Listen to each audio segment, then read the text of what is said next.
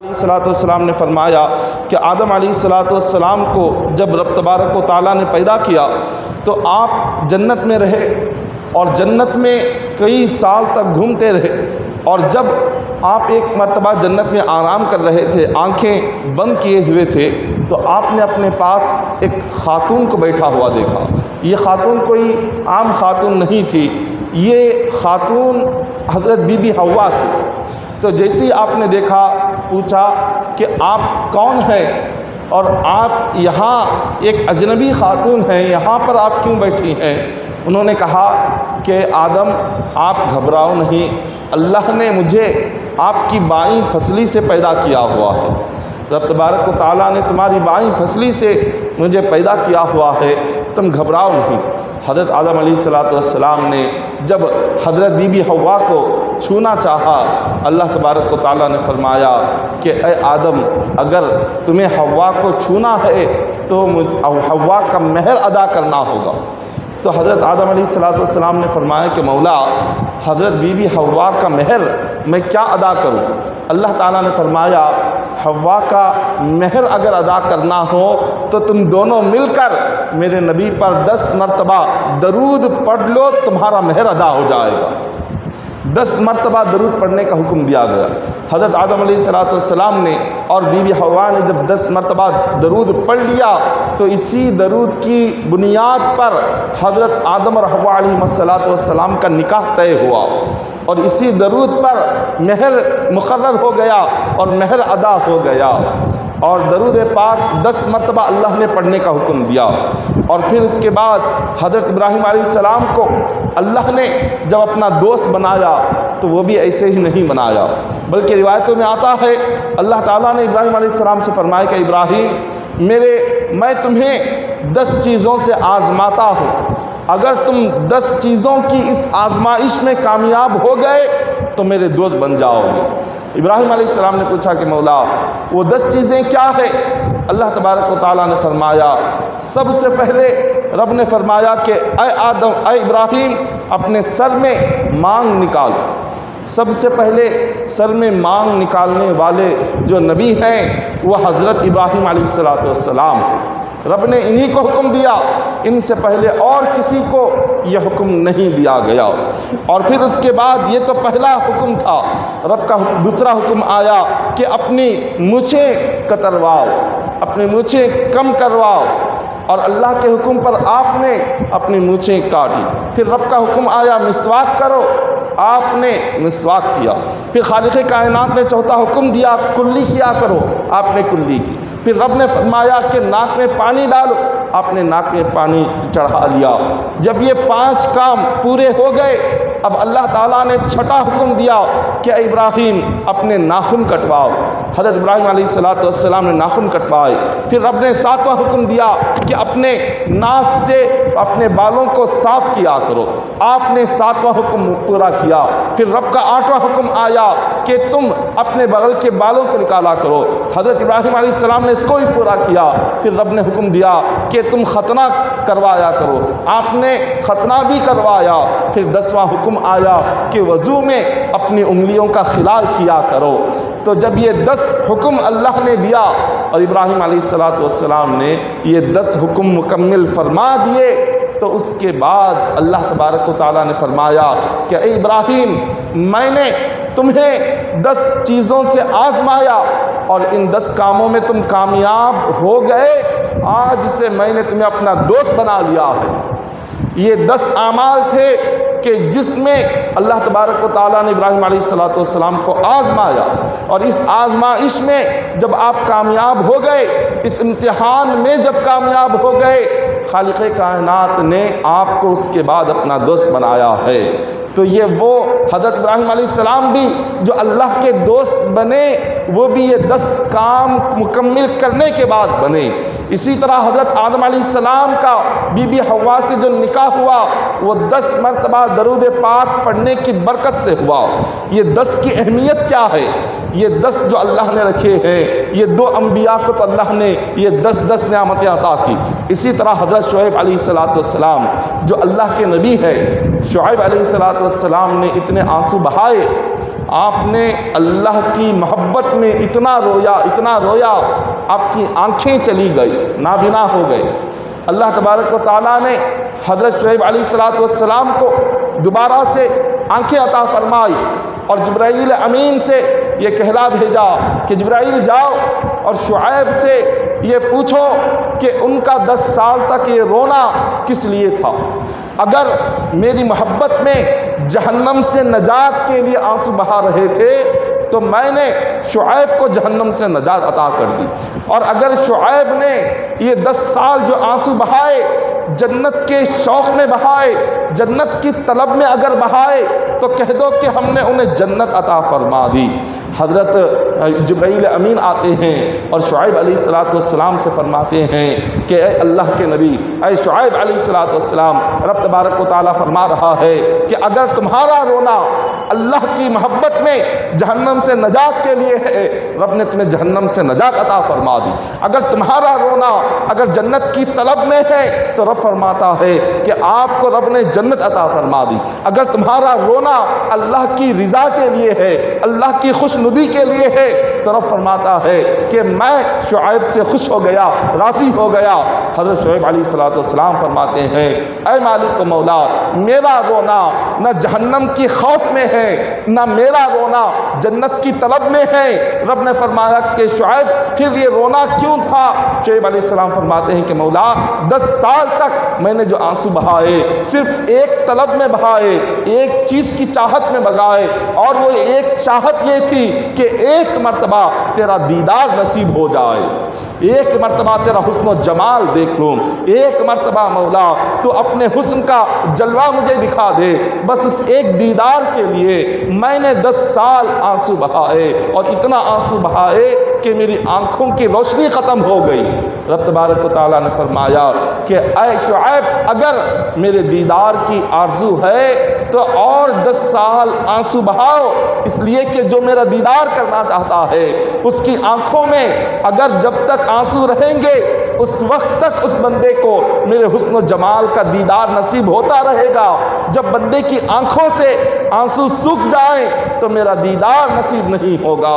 تم آنسو بہاتے رہو، روتے رہو۔ اللہ تبارک و تعالیٰ نے ان کی اس قربانی کے بدلے میں حضرت موسیٰ علیہ السلام کو ان کا داماد بنا دیا۔ خالق کائنات نے کلام پاک میں 20ویں پارہ اور رب تبارک و تعالیٰ نے ارشاد فرمایا، سورہ قصص میں فرمایا وَلَمَّا تَوَجَّهَ تِلْقَاءَ مَدْيَنَ قَالَ عَسَىٰ رَبِّي أَن يَهْدِيَنِي سَوَاءَ السَّبِيلِ وَلَمَّا وَرَدَ مَاءَ مَدْيَنَ وَجَدَ عَلَيْهِ أُمَّةً مِّنَ النَّاسِ يَسْقُونَ ووجد من دونهم امرأتين تزدان قال ما خطبكما قالتا لا نسقي حتى يصدر الرعاء وابونا شيخ كبير۔ رب تبارک و تعالیٰ نے اس کا ذکر فرمایا۔ حضرت شعیب علیہ السلام جو 10 سال اللہ کی محبت میں دیدار الہی کے جو روتے رہے، رب نے اس کا انعام ایسے عطا فرمایا کہ حضرت موسیٰ علیہ السلام جب مصر میں تھے تو مصر میں ایک فرعون کا ایک غلام تھا، ایک مصر کا رہنے والا، اس سے کچھ ایسی بحث ہو گئی کہ آپ نے صرف اس کو ایک دھکا دیا، وہ زمین پر گرا اور وہ مر گیا۔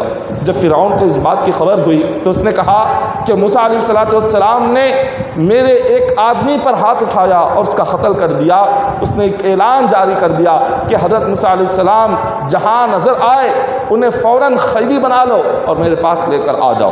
حضرت موسیٰ علیہ السلام کو جب اس بات کی خبر ہوئی تو آپ نے اسی وقت میں مصر کو چھوڑا اور مدین کی طرف آئے۔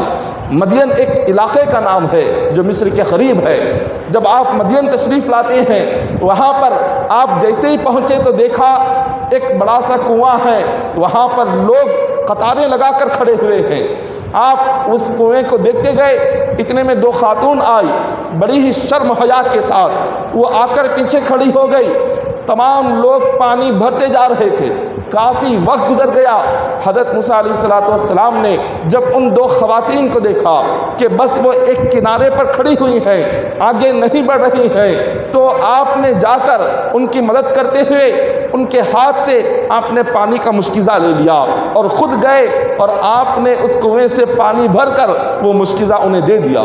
اب جو 2 خواتین تھے وہ کوئی عام خواتین نہیں تھے، حضرت شعیب علیہ السلام اللہ کے اس نبی کی 2 بیٹیاں تھیں۔ جب یہ گھر پر پہنچی تو جیسے ہی وہ پہنچی تو والد نے کہا قالت احداہما یا ابت استاجرہ ان خیر من استاجرت القوی الامین قال انی اريد ان انکحک احدی ابنتی هاتین علی ان تاجرنی ثمانیہ حجج۔ قرآن کہتا ہے کہ حضرت شعیب علیہ السلام نے دیکھا اپنی دو بیٹیوں کو کہ اتنی جلد آ گئی ہیں، پوچھا کہ ہر وقت جب تم پانی لانے کے لیے جاتی ہو تو کافی وقت گزرتا ہے، شام ہو جاتی ہے، آج اتنی جلد کیسے آ گئی؟ بیٹیوں نے کہا کہ ابا حضور آج ایک نیک شخص کوئی ملا ہوا تھا تو اس نے ہمارے ہاتھ سے پانی کا مشکزہ لے لیا اور خود جا کر بڑی محنت کے ساتھ کوشش کے ساتھ اس نے پانی بھر کر لا کر ہمیں دے دیا، اسی لیے آج ہم بہت ہی جلد یہاں پر آ چکے ہیں۔ حضرت شعیب علیہ السلام نے فرمایا جاؤ اس بندے سے کہو کہ میں اس کو بلا رہا ہوں اور میں اس سے کچھ بات کرنا چاہتا ہوں۔ تو وہ جو دو خواتین تھیں وہ دوبارہ اسی مقام پر آئی جس کنویں کے پاس حضرت موسیٰ علیہ السلام سے ملاقات ہوئی تھی۔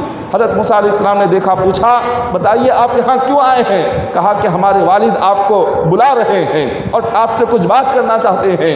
حضرت موسیٰ علیہ السلام ان دو خواتین کے پیچھے پیچھے چلتے ہوئے حضرت شعیب علیہ السلام کے پاس پہنچے۔ شعیب علیہ السلام نے پوچھا کہ بتائیے میں نے آپ کی بڑی تعریف سنی ہے اور آپ یہاں آئے ہوئے ہیں، آپ کا معاملہ کیا ہے؟ آپ نے سارا واقعہ بیان کیا، کہا کہ ظالم فرعون میرے قتل کی سازش کر رہا تھا، اسی لیے مصر چھوڑ کر مدین آ گیا۔ آپ شعیب علیہ السلام نے جب موسیٰ علیہ السلام کو دیکھا تو آپ نے کہا آج تم نے میری بڑی مدد کی ہے اور میری بیٹیوں کو پانی لانے کے لیے جو تکلیف ہوتی تھی آج اس تکلیف سے تم نے انہیں نجات عطا کی، میں اس مزدوری کا تمہیں بدلہ دینا چاہتا ہوں۔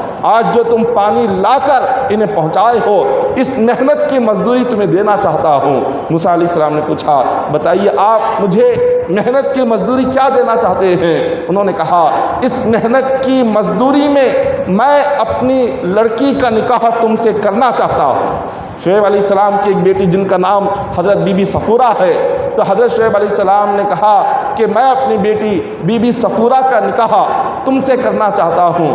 حضرت موسیٰ علیہ السلام نے اس نکاح نامے کو آپ نے قبول کر لیا۔ جیسے ہی آپ نے اس کو قبول کیا تو آپ کو کہا گیا آپ ان کا مہر ادا کرو، آپ مہر ادا کرو۔ حضرت موسیٰ علیہ السلام نے فرمایا میرے پاس تو کچھ ہے نہیں، میں مہر کیا ادا کروں؟ شعیب علیہ السلام فرماتے ہیں کہ مہر میں 10 سال میری خدمت کرو، تمہارا مہر میں معاف کر دوں گا۔ 10 سال تک یہاں رہو اور میری خدمت میں لگے رہو، مہر ادا ہو جائے گا۔ بس اتنا کہنا تھا۔ حضرت موسیٰ علیہ السلام 10 سال مدین میں شعیب علیہ السلام کی خدمت میں رہتے ہیں، یہاں خدمت مکمل کرتے ہیں اور حضرت بی بی صفورہ سے نکاح بھی ہو جاتا ہے، اور پھر اس کے بعد اللہ کا حکم آتا ہے کہ پھر آپ مصر تشریف لے جائیں۔ یہ 10 کا عدد، یہ جو 10 ہے، 10 کا جو نمبر ہے یہ بڑا برکتوں والا ہے۔ اللہ نے اپنے 5 نبیوں کو یہ 10 کا عدد عطا فرمایا۔ حضرت آدم علیہ السلام کو بھی 10 مرتبہ درود کے بدلے میں 10 مرتبہ درود کے صدقے میں بی بی حوا سے نکاح ہوا، اور اسی طرح حضرت ابراہیم علیہ السلام کو رب نے 10 کاموں کا حکم دیا۔ جب وہ 10 کام کر لیے اللہ نے اپنا دوست اور خلیل بنا لیا۔ شعیب علیہ السلام کی خدمت میں موسیٰ علیہ السلام 10 سال تک رہے اور شعیب علیہ السلام 10 سال تک روتے رہے۔ اللہ نے پھر انہیں ان کی بینائی، ان کی آنکھوں کی روشنی دوبارہ عطا فرمائی جو اندھے ہو چکے تھے۔ اب اس کے بعد اب یہ 3 انبیاء ہو گئے، 3 انبیاء کو اللہ نے اپنی 10 نعمتیں عطا فرمائی، اور چوتھے نبی حضرت موسیٰ علیہ السلام ہے۔ اللہ تعالیٰ نے کلام پاک میں فرمایا وَوَاعَدْنَا مُوسَىٰ 30 لَيْلَةً وَأَتْمَمْنَاهَا بِعَشْرٍ فَتَمَّ مِيقَاتُ رَبِّهِ 40 لَيْلَةً وَقَالَ مُوسَىٰ لِأَخِيهِ هَارُونَ اخْلُفْنِي فِي قَوْمِي وَأَصْلِحْ وَلَا تَتَّبِعْ سَبِيلَ الْمُفْسِدِينَ۔ اللہ تبارک و تعالیٰ نے قرآن پاک میں فرمایا کہ حضرت موسیٰ علیہ السلام نے رب سے تورات مانگی کہ مولا میری امت کو تورات عطا کر۔ رب نے فرمایا تورات اے موسیٰ تمہیں ملے گی، مگر اس کے لیے تمہیں 30 دن روزے رکھنا ہوگا۔ حضرت موسیٰ علیہ السلام اللہ کے حکم پر 30 دن روزے رکھتے ہیں، اور جیسے ہی 30 دن کے روزے مکمل ہو گئے اب رب کی بارگاہ میں پہنچنے کے لیے جب نکلتے ہیں تو خیال آتا ہے کہ 30 دن روزے رکھنے پر جو منہ میں بو پیدا ہو گئی ہے زیتون کی لکڑی سے مسواک کر کے اس بو کو ختم کر دوں۔ آپ نے زیتون کی ایک چھوٹی سی لکڑی لے لی اور مسواک کیا، یہ سوچ کر کے اللہ کی بارگاہ میں جانا ہے کہیں اس روزے کی بو کی وجہ سے میرا رب کہیں مجھ سے ناراض نہ ہو جائے۔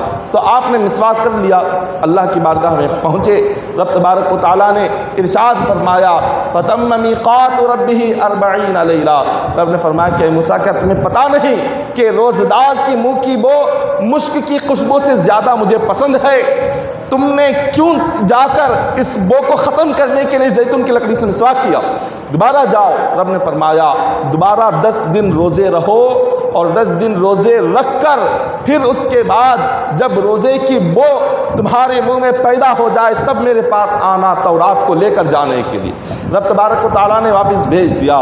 جب حضرت موسیٰ علیہ السلام واپس گئے، اب آپ 10 دن اور آپ وہاں پر روزہ رکھتے ہیں۔ ذی قعدہ کا مہینہ تھا، ذی قعدہ کے 30 دن روزہ رکھ کر ذی الحجہ کی پہلی تاریخ کو گئے تھے تورات لانے کے لیے، مگر رب کا حکم آیا کہ پھر 10 دن تمہیں روزہ رکھنا ہوگا۔ حضرت موسیٰ علیہ السلام پھر ذی الحجہ کی پہلی سے لے کر 10 تک آپ پھر 10 دن روزہ رکھتے ہیں، اور پھر اللہ کی بارگاہ میں جا کر جب تورات مانگتے ہیں رب تبارک و تعالیٰ آپ کو کتاب عطا کر کے پھر آپ کو بھیجتا ہے۔ یہ 10 کا جو عدد ہے اللہ نے یہ 10 حضرت موسیٰ علیہ السلام کو بھی عطا فرمایا تھا۔ 10 دن کے دوبارہ روزے رکھائے اور پھر تورات عطا فرمائی۔ یہ 4 انبیاء کو اللہ نے 10 نعمتیں عطا کی، اور جب آقا علیہ السلام کی باری آئی، جب حضور علیہ السلام کو بھی 10 چیزیں عطا کرنا تھا، تو رب نے فرمایا والفجر وليال عشر والشفع والوتر واللیل اذا یسر هل فی ذلک قسم الذی حجر۔ رب نے فرمایا کہ میرے مصطفیٰ میں نے موسیٰ کو بھی 10 نعمتیں عطا کی، ابراہیم کو بھی 10 نعمتیں عطا کی، شعیب کو بھی 10 نعمتیں عطا کی، آدم کو بھی 10 نعمتیں عطا کی، آج آپ کی امت کو بھی 10 نعمتیں عطا کرتا ہوں۔ حضور نے پوچھا کہ مولا میری امت کے لیے 10 نعمتیں کیا ہے؟ رب نے فرمایا ذی الحجہ کی یہ 10 دن اور 10 راتیں میری جانب سے تحفہ ہے آپ کی امت کے لیے۔ رب تبارک و تعالیٰ یہ ماہ ذی الحجہ جو ہمیں عطا کر رہا ہے، رب نے کلام پاک میں ذی الحجہ کے 10 راتوں کی قسم کھائی۔ ذی الحجہ کی 10 راتیں عام راتیں نہیں ہے، ذی الحجہ کے 10 دن عام 10 دن نہیں ہے۔ رب تبارک و تعالیٰ جن دن اور راتوں کی قسم کھائے تو اندازہ لگائیں ان دن اور راتوں کا مقام کیا ہوگا۔ اللہ تبارک و تعالیٰ ان راتوں کو اور دنوں کو کیا عظمتیں عطا کیا ہوا ہوگا۔ حضرت آدم علیہ السلام کو جب زمین پر اتارا گیا اور آپ اپنے گناہوں کی اپنی جو نافرمانی ہو گئی، رب تبارک و تعالیٰ نے جس درخت کے پھل کو کھانے سے منع کیا آپ نے جب اس کو کھا لیا، اور جس کی وجہ سے آپ کے جسم کا لباس اتر گیا۔ روایتوں میں آتا ہے کہ جیسے حضرت آدم علیہ السلام نے جنت کے اس درخت کا پھل کھایا جس سے رب نے روکا تھا، اس کو کھانا ہی تھا کہ آپ کے جسم کا سارا لباس اتر گیا، اور آپ کو ضرورت محسوس ہونے لگی طہارت کی، بیت الخلا کی۔ رب تبارک و تعالیٰ نے فرمایا کہ اے آدم جنت پاکیزہ مقام ہے، یہاں طہارت کے لیے کوئی جگہ نہیں، یہاں بیت الخلا کے لیے کوئی جگہ نہیں۔ آدم علیہ السلام نے فرمایا کہ مولا اب طہارت اور بیت الخلا کی سخت ضرورت پیش آ رہی ہے، اس کو کیسے پورا کروں، اپنی ضرورت کو کہاں پورا کروں؟ رب نے فرمایا طہارت کا مقام، بیت الخلا کا مقام اگر کوئی ہے تو وہ زمین ہے، زمین پر جاؤ، یہ گندگی کا مقام ہے، یہ تمہارے لیے طہارت بیت الخلا کا مقام ہے۔ رب تبارک و تعالیٰ نے انہیں یہاں اس زمین پر بھیجا کس لیے کہ طہارت اور بیت الخلا ان کی پوری ہو جائے۔ تو یہ دنیا کیا ہے، یہ دنیا اس کی حقیقت کیا ہے؟ آدم علیہ السلام جو یہاں پر آئے کس لیے؟ اپنی ضرورت پورا کرنے کے لیے، اپنی طہارت اور بیت الخلا سے خود کو فارغ کرنے کے لیے آپ زمین پر تشریف لائے، یہ مقام ہے۔ تو جیسے ہی زمین پر آتے ہیں 6 دن گزر جاتے ہیں، آدم علیہ السلام نے اپنے سے جو بھول ہو گئی، آپ سے جو خطا ہو گئی، جو بھول ہو گئی، اس بھول اور غلطی کی وجہ سے 6 دن تک اپنا سر آسمان کی طرف نہیں اٹھایا۔ جب 6 دن گزر گئے، 7واں دن آیا، اللہ تبارک و تعالیٰ نے فرمایا وحی نازل کی کہ آدم یہ تم نے اپنے اوپر کیسی تکلیف لے کر آ گئے ہو؟ تم کہاں تھے؟ جنت میں تھے، اور جنت سے کہاں آ گئے؟ اس زمین پر آ گئے، تمہارا مقام کیا تھا؟ رب نے فرمایا کہ اے آدم میں نے تمہیں کیا مقام دیا تھا؟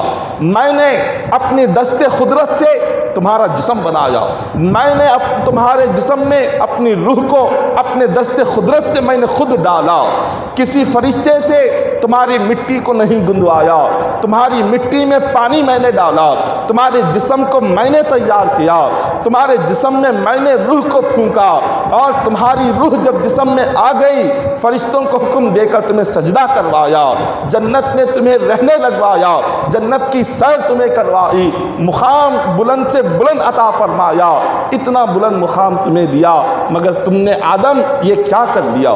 یہ تمہاری کیسی تکلیف ہے، یہ تمہاری کیسی مصیبت ہے، میں نے تمہیں کیا مقام دیا تھا اور تم کہاں آ گئے؟ حضرت آدم علیہ السلام فرماتے ہیں کہ اے مالک و مولا، یقیناً میں بڑی مصیبت میں آ گیا ہوں، مولا میری تکلیف بہت بڑی ہے، میری ایک بھول نے مجھے جنت سے باہر نکال دیا، میری ایک بھول نے مجھے تیرے نافرمانی بندوں میں شامل فرما دیا، ایک بھول سے اس گندگی والے مقام میں زمین پر آ گیا ہوں۔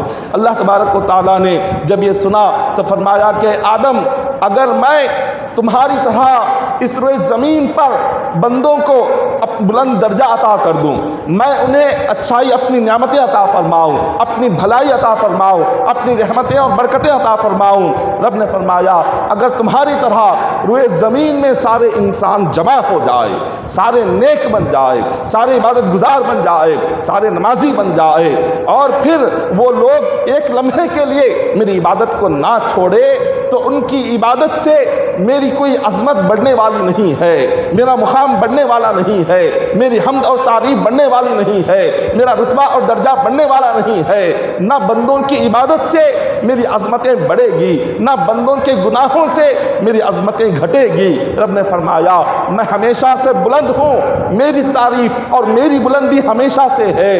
رب فرماتا ہے کہ آدم، اگر تمہاری طرح ساری روئے زمین میں اگر بندے بھر جائیں، اگر ایک مرتبہ انہوں نے اگر یہ سوچا کہ ہم تو اتنے بڑے نمازی ہیں، اتنے بڑے عبادت گزار ہیں، ہم نے ہزاروں نیکیاں کی، ہزاروں نمازیں پڑھی، ہزاروں سجدے کیے، ہزاروں صدقہ خیرات کیے، اگر ایک گناہ ہو گیا تو اللہ کیا کرے گا؟ اگر چھوٹی سی نافرمانی ہو گئی تو اللہ کیا کرے گا؟ اگر یہ سوچ کر کوئی گناہ کرتا ہے تو رب نے فرمایا ان کی سالوں کی عبادت ایک طرف ہے، اور بندہ مجھ سے بغیر ڈرے کہ میرا خوف نکال کر، میرا ڈر نکال کر، مجھ سے بے خوف ہو کر اگر ایک گناہ کر لے، اس کی ایک گناہ پر اس پر عذاب نازل کروں گا، اس پر عذاب نازل کروں گا اور اسے سزا دوں گا۔ یہ نہ سوچنا کہ میں نے اگر تمہیں بلند درجہ بھی عطا کیا، میں تمہیں عذاب بھی عطا کر سکتا ہوں۔ مجھ سے بے خوف نہ ہونا، میرے ڈر کو اپنے دل سے نہ نکالنا، میرے خوف کو اپنے دل سے نہ نکالنا، ہمیشہ خوف کے ساتھ زندگی گزارنا۔ یہ رب تبارک و تعالیٰ کسے کہہ رہا ہے؟ حضرت آدم علیہ السلام سے کہہ رہا ہے۔ رب تبارک و تعالیٰ آدم علیہ السلام کو یہ حکم دے رہا ہے۔ جب یہ حکم آ گیا آدم علیہ السلام ڈر کے مارے کانپنے لگے۔ رب تبارک و تعالیٰ نے اتنے جلال میں فرمایا کہ آدم تمہاری طرح ساری ہوئے زمین میں بندے بھر جائیں، اور میں سب کو نبوت عطا کر دوں، اور میں سب کو نیک بنا دوں۔ اور انہوں نے یہ سوچا کہ ہم اتنے نیک اور اتنے بلند درجے کے ہیں، یہ سوچ کر اگر ایک نافرمانی بھی کر دی تو ان کی ایک نافرمانی پر انہیں سزا عطا کروں گا۔ اور کیسی سزا؟ رب نے فرمایا جیسے تمہیں جنت سے زمین پر بھیجا، انہیں بھی ایسی ہی سزا، ایسا ہی عذاب انہیں بھی عطا کروں گا۔ جب یہ ہو گیا، حضرت آدم علیہ السلام نے اللہ کا یہ جلال دیکھ کر اور رب کا یہ حکم سن کر آپ نے اتنے آنسو بہائے کہ روایتوں میں آتا ہے آپ جس پہاڑی پر رب نے آپ کو اتارا تھا، ہندوستان کی سرحد کی پہاڑی پر آپ کو رب نے اتارا ہوا تھا، اس پہاڑی پر اتنے آنسو بہائے، آپ کے آنسو بہتے بہتے وہاں پر نالیاں بن چکی تھی، اور پہاڑ میں نالیاں بن چکی تھی، اور آپ کا پانی، آپ کے آنسوؤں سے بہنے والا پانی پہاڑ کے نیچے جمع ہو رہا تھا۔ اتنا جمع ہوا کہ اس نے ایک دریا کی شکل لے لی، ایک دریا، ایک بہت بڑا سمندر نظر آتا تھا۔ آپ کے آنسوؤں سے نکلنے والے پانی اتنے پہاڑ کے نیچے جمع ہو گئے، اور پھر اس پہاڑ پر درخت اگنے لگے، اس پہاڑ پر پودے اگنے لگے۔ وہ درخت کیا ہے؟ تاریخ میں لکھا گیا ہے یہ جو لونگ اور الائچی کے جو درخت ہیں، یہ درخت آدم علیہ السلام کے آنسوؤں کے پانی سے پیدا کیے ہوئے درخت ہے۔ آدم علیہ السلام کی آنکھوں سے جو پانی نکلتا تھا وہ پانی جب پہاڑ کی نالیوں میں داخل ہونے لگا، انہی آنسوؤں کے پانی سے لونگ کا درخت پیدا ہوا، انہی آنسوؤں کے پانی سے الائچی کا درخت پیدا ہوا۔ جب پرندے آدم علیہ السلام کے آنسوؤں کا پانی ایک سمندر کی طرح جمع ہو گیا، جب آ کر اس کو پیتے تھے، پی کر کہتے تھے کہ اے آدم، تمہارے آنسوؤں کے پانی میں جو مزہ ہے وہ دنیا کے کسی سمندر کے پانی میں نہیں ہے۔ آدم علیہ السلام سمجھتے تھے کہ یہ پرندے آپ کے ساتھ مذاق کر رہے ہیں۔ آپ کہتے کہ کیوں تم میرے ساتھ مذاق کر رہے ہو؟ جبرائیل امین آئے، فرمایا کہ آدم، یہ پرندے جو کہہ رہے ہیں بالکل حق کہہ رہے ہیں۔ خوف خدا سے نکلنے والے آنسوؤں میں اللہ تعالیٰ وہ لذت رکھتا ہے، خوف خدا میں بہنے والے آنسوؤں میں رب تبارک و تعالیٰ وہ لطف رکھا ہے، وہ لذت رکھا ہے کہ دنیا کے کسی پانی میں نہ وہ لطف ہے، نہ وہ لذت ہے، نہ وہ مزہ ہے۔ پرندے دور دراز مقام سے اڑ کر آ کر اس پانی کو پیتے تھے۔ جب اللہ تبارک و تعالیٰ نے دیکھا کہ حضرت آدم علیہ السلام اللہ کے خوف میں 300 سال تک آپ مسلسل آنسو بہاتے جا رہے ہیں، روتے جا رہے ہیں، جبرائیل امین آئے، فرمایا کہ آدم، اب تمہارے آنسو اتنے بڑھ گئے ہیں، اب اللہ کو رحم آ گیا۔ رب تبارک و تعالیٰ نے حکم دیا ہے، اب عنقریب ذی الحجہ کے دن شروع ہو رہے ہیں، ذی الحجہ کا مہینہ آ رہا ہے، تم یہاں سے کعبۃ اللہ جاؤ، اور جیسے ہی ذی الحجہ کے مہینے کی شروعات ہوگی کعبے کا طواف شروع کرو، اور کعبے کا طواف کرتے کرتے ذی الحجہ کے ان 10 دنوں میں اللہ کی بارگاہ میں توبہ کرو، اور ان 10 دنوں میں اللہ کی بارگاہ میں اپنے اس بھول کی معافی مانگو۔ رب تبارک و تعالیٰ ان 10 دنوں کی برکت سے تمہاری بھول کو معاف کر دے گا۔ حضرت آدم علیہ السلام ہندوستان کی سرزمین سے کعبۃ اللہ کی جانب آپ نکلتے ہیں۔ آپ کا یہ پیدل سفر تھا۔ تاریخ میں لکھا گیا کہ آدم علیہ السلام جب آپ پیدل سفر کے لیے نکلے، جہاں آپ قدم رکھتے تھے وہاں ہریالی اگ جاتی تھی، اور آپ جب چلنے لگے مسلسل 40 دن حضرت آدم علیہ السلام چلتے رہے، اور 40 دنوں میں آپ ہندوستان سے کعبۃ اللہ تک پہنچ گئے۔ 40 دنوں میں آپ کعبۃ اللہ پہنچتے ہیں، اور ذی الحجہ کے پہلی تاریخ کے آنے کا انتظار کرتے ہیں۔ جب ذی الحجہ کی پہلی تاریخ آ جاتی ہے، آپ کعبۃ اللہ کا طواف شروع کر دیتے ہیں، اور کعبۃ اللہ حضرت آدم علیہ السلام کے زمین پر آنے سے 2000 سال پہلے فرشتوں نے اس کی تعمیر کر دی تھی۔ کعبۃ اللہ کی بنیاد سب سے پہلے جو ڈالی کسی انسان نے نہیں، بلکہ روئے زمین آباد ہونے سے پہلے، آدم علیہ السلام کے آنے سے پہلے، دنیا کے قائم ہونے سے ہزاروں سال پہلے، جب صرف اور صرف آسمان کے نیچے فرشتے رہتے تھے، فرشتوں نے عرض کیا کہ مولا، تو نے آسمانوں پر کعبہ بنایا ہے جس طرح روئے زمین پر کعبہ ہے، آسمانوں پر، چوتھے آسمان پر اللہ نے کعبہ بنایا ہے۔ اس کعبے کا نام بیت المعمور ہے، فرشتے اس کا طواف کرتے ہیں۔ زمین کے فرشتوں نے کہا کہ مولا، آسمان کے فرشتوں کے لیے تو نے کعبہ بنایا، ہم زمین پر رہنے والے ہیں، ہمارے لیے کعبہ کہاں ہے؟ ہم بھی طواف کرنا چاہتے ہیں، ہمارے لیے زمین پر کعبہ بنا۔ رب تبارک و تعالیٰ نے چوتھے آسمان کے بالکل نیچے، جہاں جس مقام پر چوتھے آسمان پر کعبہ ہے، بالکل اسی کے نیچے اللہ نے زمین پر کعبۃ اللہ کی تعمیر کروائی۔ فرشتوں کو حکم دیا کہ تم جاؤ کعبے کی بنیادیں رکھو۔ فرشتے زمین پر آتے ہیں، کعبۃ اللہ کی بنیادیں رکھتے ہیں، اور جنت کے پتھر لا کر روئے زمین پر رکھا جاتا ہے۔ جنت کے پتھروں سے کعبے کی دیوار تعمیر کی جاتی ہے، اور فرشتے اس کا طواف کرتے رہتے ہیں۔ حضرت آدم علیہ السلام کو بھی رب نے فرمایا کہ جاؤ، جس فرشتوں نے کعبے کی تعمیر کی، تم جا کر اسی کعبے کا طواف کرو۔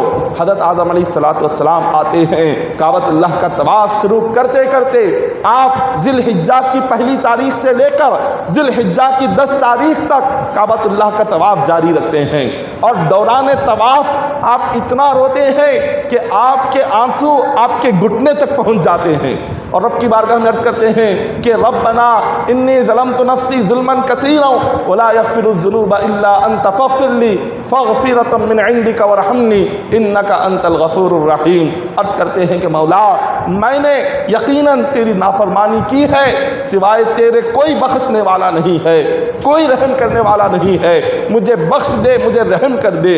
آدم علیہ السلام نے ذی الحجہ کے ماہ میں جو یہ اللہ سے دعا مانگی، اللہ کو اتنی پسند آئی، رب نے فرمایا کہ اے آدم میں نے آج ذی الحجہ کی برکت سے تیری توبہ کو قبول فرما لیا اور تیری اس غلطی کو معاف فرما دیا۔ پھر رب نے فرمایا جو کوئی بندہ ماہ ذی الحجہ میں آئے اور میری بارگاہ میں جس طرح سے آدم تو نے دعا مانگی اگر وہ دعا مانگے تو یقیناً اس کو گناہوں سے پاک و صاف کر دوں گا۔ ذی الحجہ کی برکت سے اس کی مغفرت اور بخشش ہو جائے گی، ذی الحجہ کی برکت سے اللہ تبارک و تعالیٰ اس کی پچھلی زندگی کے گناہوں کو مٹا دے گا۔ یہ ماہ ذی الحجہ کوئی عام مہینہ نہیں ہے بلکہ روایتوں میں اس کا ذکر کیا گیا۔ حضرت عائشہ صدیقہ رضی اللہ تعالی عنہا آپ روایت فرماتی ہیں کہ حضور علیہ السلام کے زمانے مبارکہ میں ایک شخص گانے سنتا تھا، گانے سننے کا اس کو بڑا شوق تھا۔ یہ گانے کیا ہے؟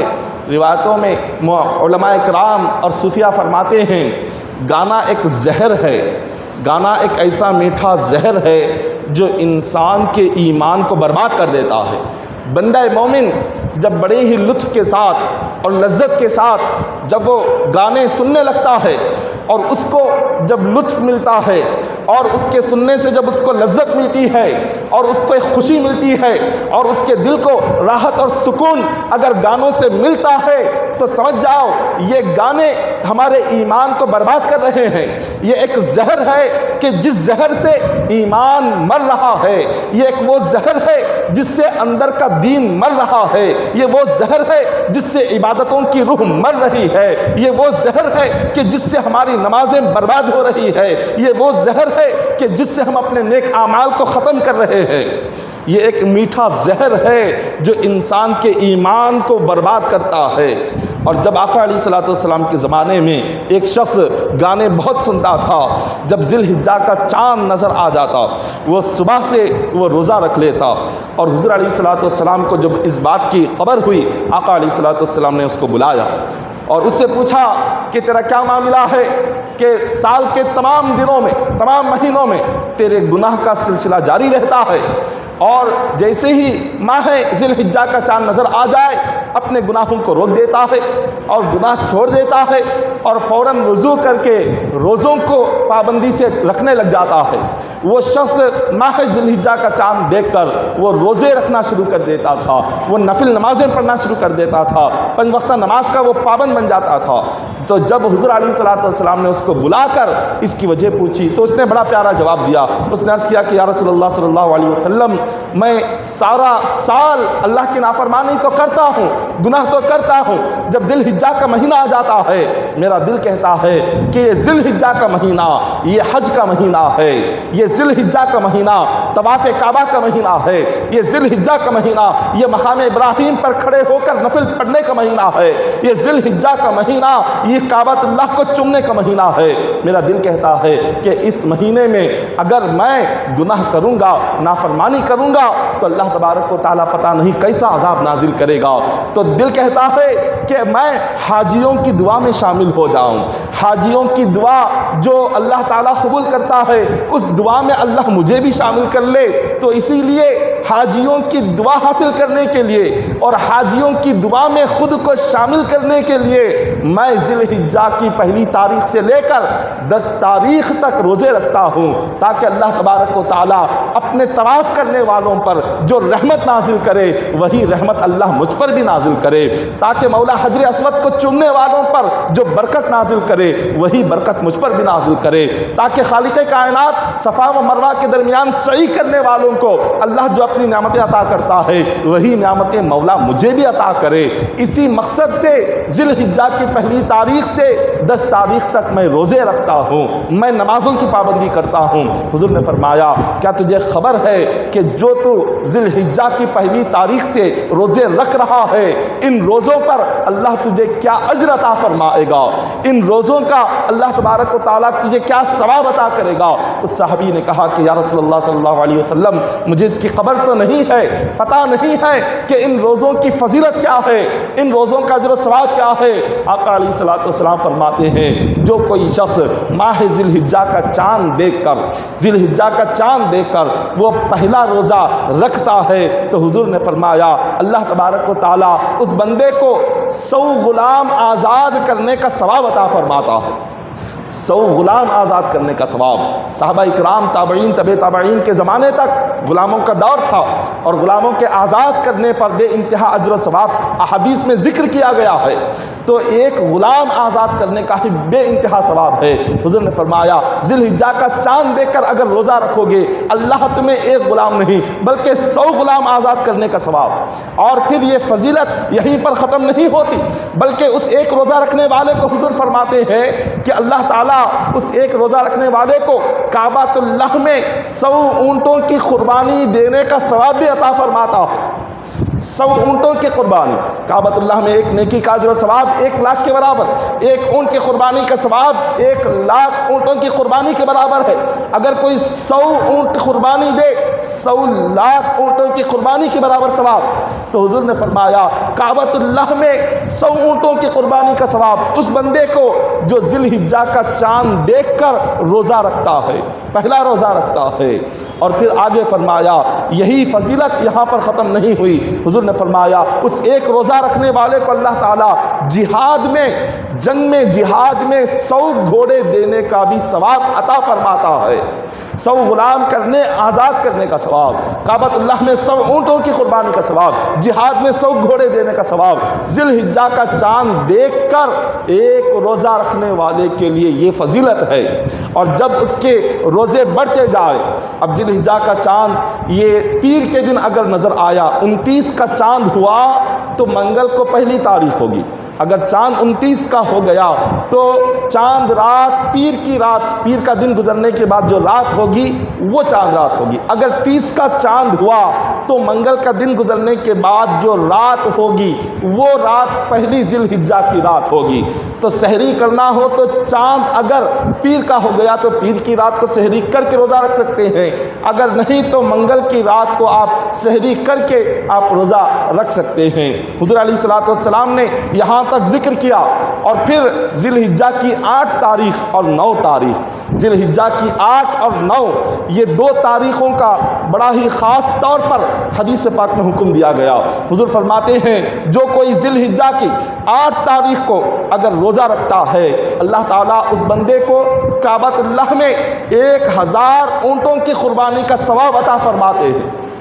1000 اونٹ کعبۃ اللہ میں قربانی کا ثواب، اور 1000 گھوڑے جہاد میں دینے کا ثواب، اور پھر 1000 غلام آزاد کرنے کا ثواب 8 ذی الحجہ کو روزہ رکھنے پر۔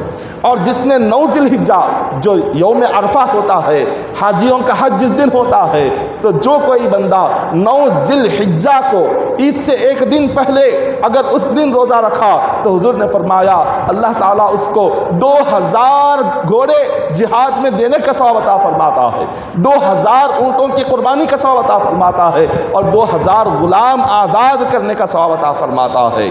تو ماہ ذی الحجہ کے یہ جو نفل روزے ہیں ان روزوں کی پابندی ضرور کیا کرے۔ صحابہ اکرام یہ کثرت سے اس کی روزے رکھا کرتے تھے۔ حضور علیہ الصلوۃ والسلام حضرت ام المؤمنین حضرت حفصہ رضی اللہ تعالیٰ عنہ روایت فرماتی ہیں کہ حضور علیہ الصلوۃ والسلام نے اپنی زندگی میں 4 عمل کبھی نہیں چھوڑے۔ حضور نے پابندی کے ساتھ اپنی زندگی میں 4 عمل کرے، 4 کام کیے ہیں۔ وہ 4 عمل کیا ہے؟ پہلا عمل جو تھا ذی الحجہ کے جو 10 روزے تھے، پہلی تاریخ سے 10 تاریخ تک حضور نے اپنی مبارک زندگی میں اس کو کبھی نہیں چھوڑا۔ حضور علیہ السلام نے اپنی مبارک زندگی میں ذی الحجہ کے 10 روزوں کی پابندی سے آپ نے ادائیگی فرمائی، اور پھر دوسرا جو عمل تھا حضور کا، یوم عاشوراء 10 محرم کا جو روزہ ہے، حضور نے 10 محرم کا روزہ بھی اپنی مبارک زندگی میں کبھی نہیں چھوڑا۔ اور تیسرا جو عمل حضور کا تھا، ایام 20 کے روزے، ہر ماہ کی چاند کی 13، 14، 15، چاند کی 13، 14 اور 15 تاریخ کو آقا علیہ السلام ہر مہینہ آپ روزہ رکھتے تھے۔ ان روزوں کو بھی حضور نے کبھی نہیں چھوڑا۔ اور جو چوتھا عمل حضور کا تھا وہ یہ تھا کہ نماز فجر کی جو 2 سنتیں ہیں، حضور نے وہ 2 سنتیں کبھی نہیں چھوڑی۔ نماز فجر کی جو فرض سے پہلے جو 2 سنتیں تھیں، حضور فرماتے ہیں کہ یہ جو 2 سنتیں ہیں، اللہ تعالیٰ اگر کسی بندے کو ساری دنیا کی بادشاہت بھی عطا کر دے، ساری دنیا کی بادشاہت فجر کی 2 سنت کے برابر نہیں ہو سکتی۔ حضور نے فرمایا فجر کی جو 2 رکعت سنتیں ہیں وہ ساری دنیا کی سلطنت اور بادشاہت سے کئی گنا بہتر ہے، کئی گنا بڑھ کر ہے۔ تو یہ آقا علیہ السلام کے 4 عمل جو کبھی حضور نے جس کو نہیں چھوڑے۔ اور حضرت ابو ہریرہ رضی اللہ تعالیٰ عنہ روایت فرماتے ہیں کہ حضور نے فرمایا اللہ تبارک و تعالیٰ کو ذی الحجہ کے 10 دنوں میں عبادت کرنا جتنا پسند ہے، اتنا کسی اور دن میں عبادت کرنا اللہ کو اتنا زیادہ پسند نہیں ہے۔ دوسرے جتنے دنوں میں عبادت کرے، سارے دنوں کی عبادتوں میں سب سے زیادہ پسندیدہ عبادت اللہ کو ذی الحجہ کے 10 دنوں کی عبادت ہے۔ اور پھر فرمایا کہ ذی الحجہ کے 1 دن کا روزہ سال بھر کے روزوں کے برابر ہے۔ ذی الحجہ کے مہینے کا 1 روزہ سال بھر روزہ رکھنے کے برابر ہے۔ اور 1 رات نماز پڑھنا ذی الحجہ کی 1 رات کی نماز سال بھر کی نمازوں کے برابر ہے۔ حضرت غوث اعظم دستگیر رضی اللہ تعالیٰ عنہ اپنی کتاب غنیۃ الطالبین اور صفحہ نمبر 386 پر اور 382 پر آپ ایک روایت نقل فرما رہے ہیں۔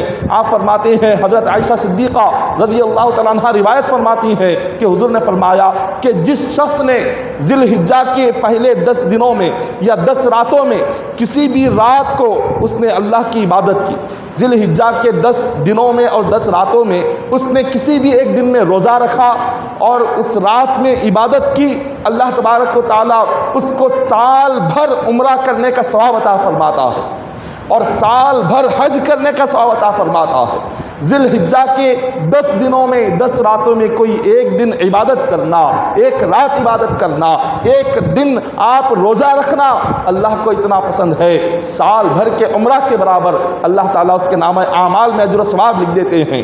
اور حضرت علی رضی اللہ تعالیٰ عنہ نے ایک حدیث پاک آپ نے روایت کی، حضور علیہ السلام نے فرمایا کہ ذی الحجہ کی جب رات آ جائے، ذی الحجہ کی راتوں میں خاص طور پر یہ 10 راتوں میں آقا علیہ السلام نے ایک نفل نماز پڑھنے کا حکم دیا۔ نفل نماز جس کا ذکر کئی ساری کتابوں میں آتا ہے۔ حضور غوث اعظم دستگیر رضی اللہ تعالیٰ عنہ غنیۃ الطالبین میں آپ اس کا ذکر فرماتے ہیں، اور کئی سارے علماء نے اپنی کتابوں میں ذکر فرمایا کہ جب ذی الحجہ کا چاند نظر آ جائے اور یہ 10 جو دن ہوتے ہیں پہلی تاریخ سے لے کر عید تک، ان 10 راتوں میں کوئی بھی ایک رات بندہ اٹھ جائے، اگر 10 راتیں بھی یہ نفل نماز پڑھے تو بہت بہتر ہے۔ اور اس نماز کی ترکیب علماء نے یہ بیان فرمائی ہے کہ 4 رکعت ذی الحجہ کی نفل نماز کی نیت کر کر رکعت باندھے، اور ہر رکعت میں 1 مرتبہ سورہ فاتحہ پڑھے اور 1 مرتبہ آیت الکرسی کو پڑھے، اور پھر 1 مرتبہ آپ قل هو اللہ احد کو پڑھے، اور پھر قل اعوذ برب الفلق پڑھے، اور پھر قل اعوذ برب الناس پڑھے۔ یہ اس نماز کی ترکیب ہے، یہ طریقہ ہے کہ 4 رکعت ایک سلام کے ساتھ پڑھنا ہے، ہر رکعت میں 1 مرتبہ سورہ فاتحہ کے بعد آپ آیت الکرسی کو پڑھنا ہے، اور پھر اس کے بعد قل هو اللہ احد اس سورہ کو پڑھنا ہے، پھر اس کے بعد قل اعوذ برب الفلق پڑھنا ہے، قل اعوذ برب الناس پڑھنا ہے۔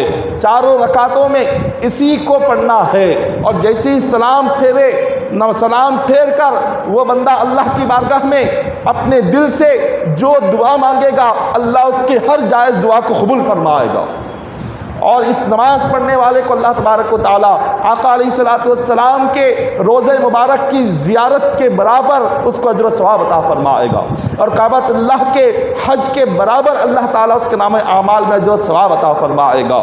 تو یہ ماہ مبارکہ جو ذی الحجہ عنقریب آ رہا ہے، اس ماہ کے آنے سے پہلے اس کی تیاری کرے، خاص اہتمام کرے۔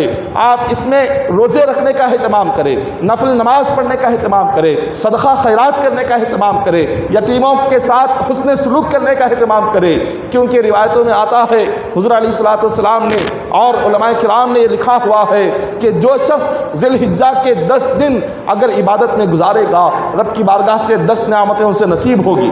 جس نے پہلا دن ذی الحجہ کا روزہ بھی رکھا، نمازوں کی بھی پابندی کی، اللہ تعالیٰ عمر میں برکت عطا فرمائے گا۔ جس نے دوسرا دن روزہ بھی رکھا اور پھر نمازوں کی پابندی کی، اللہ تعالیٰ اس کے مال میں بے انتہا فراوانی عطا فرمائے گا، اس کے مال میں ترقی اور برکت عطا فرمائے گا۔ جس نے تیسرا دن اللہ کی عبادت میں روزے میں لگایا، اللہ تبارک و تعالیٰ اس کے گھر کی اور اس کے بیوی بچوں کی ہر بیماری سے حفاظت فرمائے گا۔ اور جس نے چوتھا دن روزہ رکھ کر نماز پڑھ کے گزارا، اللہ اس کے گناہوں کو مٹا دے گا۔ جس نے 5واں دن روزہ بھی رکھا اور اس کے ساتھ ساتھ اللہ کی عبادت بھی کی، اللہ تعالیٰ اس کی نیکیوں میں اضافہ فرمائے گا۔ جس نے 6 دن اللہ کی عبادت میں گزارا، اللہ سکرات کی تکلیف کو آسان فرمائے گا۔ جس نے 7ویں دن اللہ کی عبادت میں ذی الحجہ کی گزارا، اللہ قیامت کے دن تاریکی میں اس کو روشنی عطا فرمائے گا۔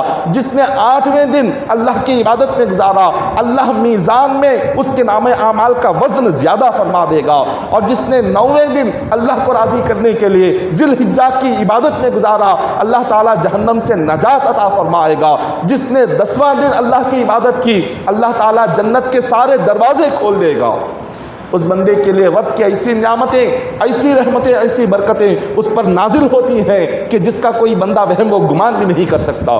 تو اس ماہ کے آنے سے پہلے اس مہینے کی تیاری کرے، عبادتوں کی تیاری کرے، روزوں کی تیاری کرے۔ ذی الحجہ کے مہینے کو عام مہینوں کی طرح نہ گزارے، ذی الحجہ کے دنوں کو عام دنوں کی طرح نہ گزارے، ذی الحجہ کی راتوں کو عام راتوں کی طرح نہ گزارے۔ ان راتوں میں اٹھ کر آپ تہجد کا اہتمام کریں، ان راتوں میں اٹھ کر دعائیں مانگے۔ یہ ذی الحجہ کا مہینہ دعاؤں کے قبول ہونے کا مہینہ ہے۔ اللہ تعالیٰ ذی الحجہ کی راتوں میں مانگے جانے والی دعا کو کبھی رد نہیں فرماتا۔ ذی الحجہ میں مانگی جانے والی دعا رب کی بارگاہ میں ضرور قبول ہوتی ہے، روزے قبول ہوتے ہیں، راتوں میں اٹھنا قبول ہوتا ہے، اللہ کی بارگاہ میں رونا گڑ گڑانا قبول ہوتا ہے۔ تو لہٰذا یہ مہینہ ان قریب آ رہا ہے، آپ تمام اس ماہ مبارکہ میں اللہ کی بارگاہ میں ضرور دعا مانگے۔ دعا کہ اللہ تبارک و تعالیٰ ہم تمام کو کہنے سننے سے بڑھ کر عمل کرنے کی توفیق عطا فرمائے۔ الہ العالمین اے مالک مولا باری تعالیٰ ہم تمام کو مولا ماہ ذی الحجہ میں خصوصی طور پر عبادات کا اہتمام کرنے کی توفیق عطا فرما۔ مولا اس ماہ مبارکہ میں ہمیں نفل عبادات کرنے کی توفیق عطا فرما، فرض عبادات کی توفیق عطا فرما۔ الہ العالمین نفس کے شر سے، شیطان کے فتنے سے ہماری حفاظت فرما۔ الہ العالمین ہم تمام کی زندگی میں تقوی اور پرہیزگاری عطا فرما۔ الہ العالمین ہم تمام کو مولا بے دینی سے محفوظ فرما۔ مولا ہماری زندگیوں میں دینداری عطا فرما۔ مولا ہم تمام کو تہجد گزار بنا دے۔ مولا ہمیں 5 وقتہ نماز تکبیر اولیٰ کے ساتھ پڑھنے کی توفیق عطا فرما۔ الہ العالمین اے مالک مولا باری تعالیٰ ہم تمام کی زندگیوں میں راحت اور سکون نصیب فرما۔ مولا ہم تمام کی زندگیوں میں رزق حلال عطا فرما۔ مولا حرام رزق سے ہم تمام کو محفوظ و معمون فرما۔ باری تعالیٰ جو بیمار ہیں انہیں شفائے کلی عطا فرما۔ الہ العالمین جو بے روزگار ہیں مولا انہیں روزگاری عطا فرما۔ الہ العالمین جو مصیبت اور پریشانیوں میں گھرے ہوئے ہیں انہیں مصیبت اور پریشانیوں سے نجات عطا فرما۔ الہ العالمین جو مسلمان شراب اور جوے میں اپنی زندگیوں کو برباد کر رہے ہیں مولا ان تمام کو نیک ہدایت عطا فرما۔ الہ العالمین نوجوانوں میں نمازوں کی پابندی عطا فرما۔ مولا نوجوانوں میں خوف خدا عطا فرما۔ الہ العالمین تیری عبادت اور بندگی میں زندگی گزارنے کی توفیق عطا فرما۔ سنت رسول کے مطابق عمل کرنے کی توفیق عطا فرما۔ الہ العالمین قیامت کے دن عذاب جہنم سے نجات عطا فرما، عذاب قبر سے نجات عطا فرما، ایمان پر خاتمہ نصیب فرما۔ الہ العالمین ہم تمام کے عبادات کو قبول فرما، ہماری توبہ کو قبول فرما۔ مولا ہمارے نماز روزوں کو قبول فرما۔ مولا ہر مومن کو حج بیت اللہ کی سعادت نصیب فرما۔ مولا ہر مومن کو گنبد خضرا کی زیارت نصیب فرما۔ الہ العالمین اے مالک مولا جتنے حاضرین مجلس ہے تمام حاضرین مجلس کی جو بھی حاجتیں ہیں سب کی حاجتوں کو پورا فرما دے۔ حاضرین مجلس کی ساری دعاؤں کو قبول فرما لے۔ مولا ہر مومن کے گھر میں راحت اور سکون نصیب فرما، ہر مومن کے گھر میں رزق کی برکت برکت عطا فرما۔ الہ العالمین اے مالک و مولا، ہم تمام کی دعاؤں کو آقا علیہ الصلوۃ والسلام کے وسیلے سے قبول فرما۔ ان اللہ و ملائکتہ یصلون علی النبی یا ایھا الذین آمنوا صلوا علیہ وسلموا تسلیما۔ اللهم صل علی سیدنا محمد وعلی آل سیدنا محمد وبارک وسلم، صلوا علیہ صلاۃ و سلام علیک یا حبیبی یا رسول اللہ صلی اللہ تعالی علیہ وسلم۔ حسبنا اللہ حسبنا اللہ حسبنا اللہ نعم الوکیل نعم المولا ونعم النصیر۔ سبحان ربک رب العزة عما یصفون وسلام علی المرسلین والحمد للہ رب العالمین۔